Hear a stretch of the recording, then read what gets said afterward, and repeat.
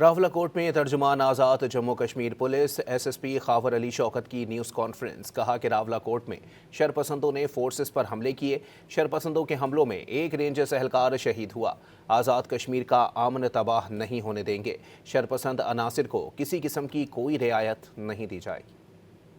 مختلف مقامات پر جو شہر کی عمارتیں ہیں وہاں پہ مورچہ بند ہو کر انہوں نے جدید ہتھیاروں کے ساتھ فورسز اور پولیس اہلکاران پر فائرنگ کی ہے، جس کے نتیجے میں ایک رینجر اہلکار شہید ہوا اور 15 کے قریب ہمارے جو پولیس اور قانون نافذ کرنے والے جو ادارے ہیں ان کے جوان زخمی ہوئے ہیں۔ جو قانون نافذ کرنے والے ادارے ہیں اور جو پولیس ہے اس نے کارروائی کرتے ہوئے متعدد جو ملزمان ہیں جو کہ مختلف واقعات میں پرتشدد واقعات میں ملوث تھے ان کو گرفتار کیا ہے، جن کے قبضے سے بھاری اسلحہ اور مختلف قسم کے جو ہتھیار ہیں وہ برآمد ہوئے ہیں۔ یہ جو بھی ایک تنظیم ہے جو کہ ایک کلگن تنظیم ہے، یہ ایک مختلف ایجنڈے پہ کام کر رہی ہے۔